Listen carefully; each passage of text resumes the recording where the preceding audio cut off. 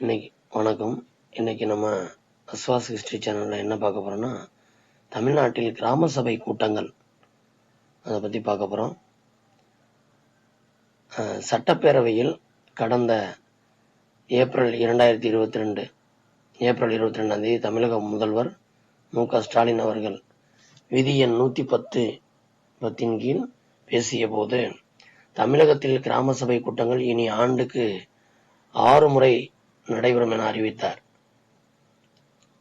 இந்நிலையில் 2022ஆம் ஆண்டு முதல் ஒவ்வொரு ஆண்டும் 6 முறை கிராம சபை கூட்டங்கள் நடத்த உத்தரவு பிறப்பித்து தமிழ்நாடு அரசு ஆணை பிறப்பித்தது.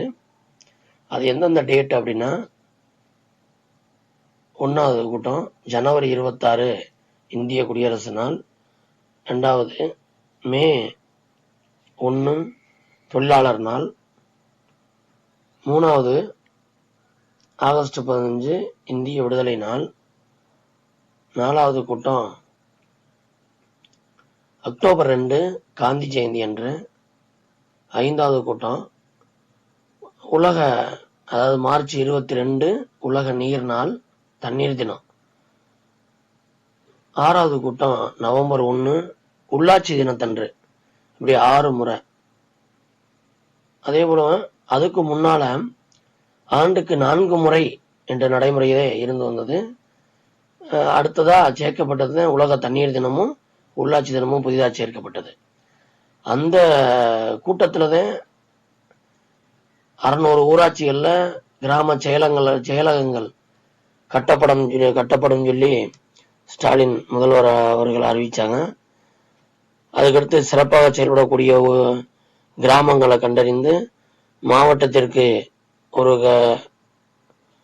கிராமம் அப்படின்னு சொல்லி 37 கிராம ஊராட்சிகளுக்கு 10 லட்சம் பரிசு தொகை தரதாகவும் அதுல அறிவிச்சார். அந்த கூட்டத்துல, அந்த விதி 110 கீழ் பேசிய அந்த கூட்டத்துல.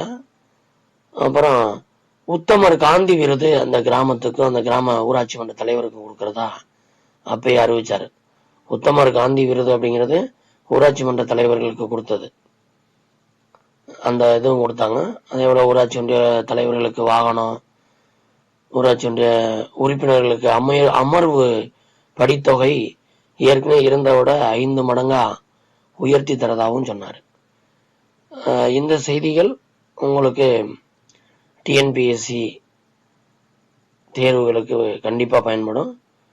எழுதி வச்சு படிச்சுக்குங்க. நம்மளோட சேனலை சப்ஸ்கிரைப் பண்ணாதவங்க சப்ஸ்கிரைப் பண்ணி வைங்க. நம்மளோட இந்த செய்தி பிடிச்சிருந்துச்சுன்னா லைக் பண்ணுங்க, உங்க நண்பர்களுக்கு ஷேர் பண்ணுங்க. தேங்க்யூ.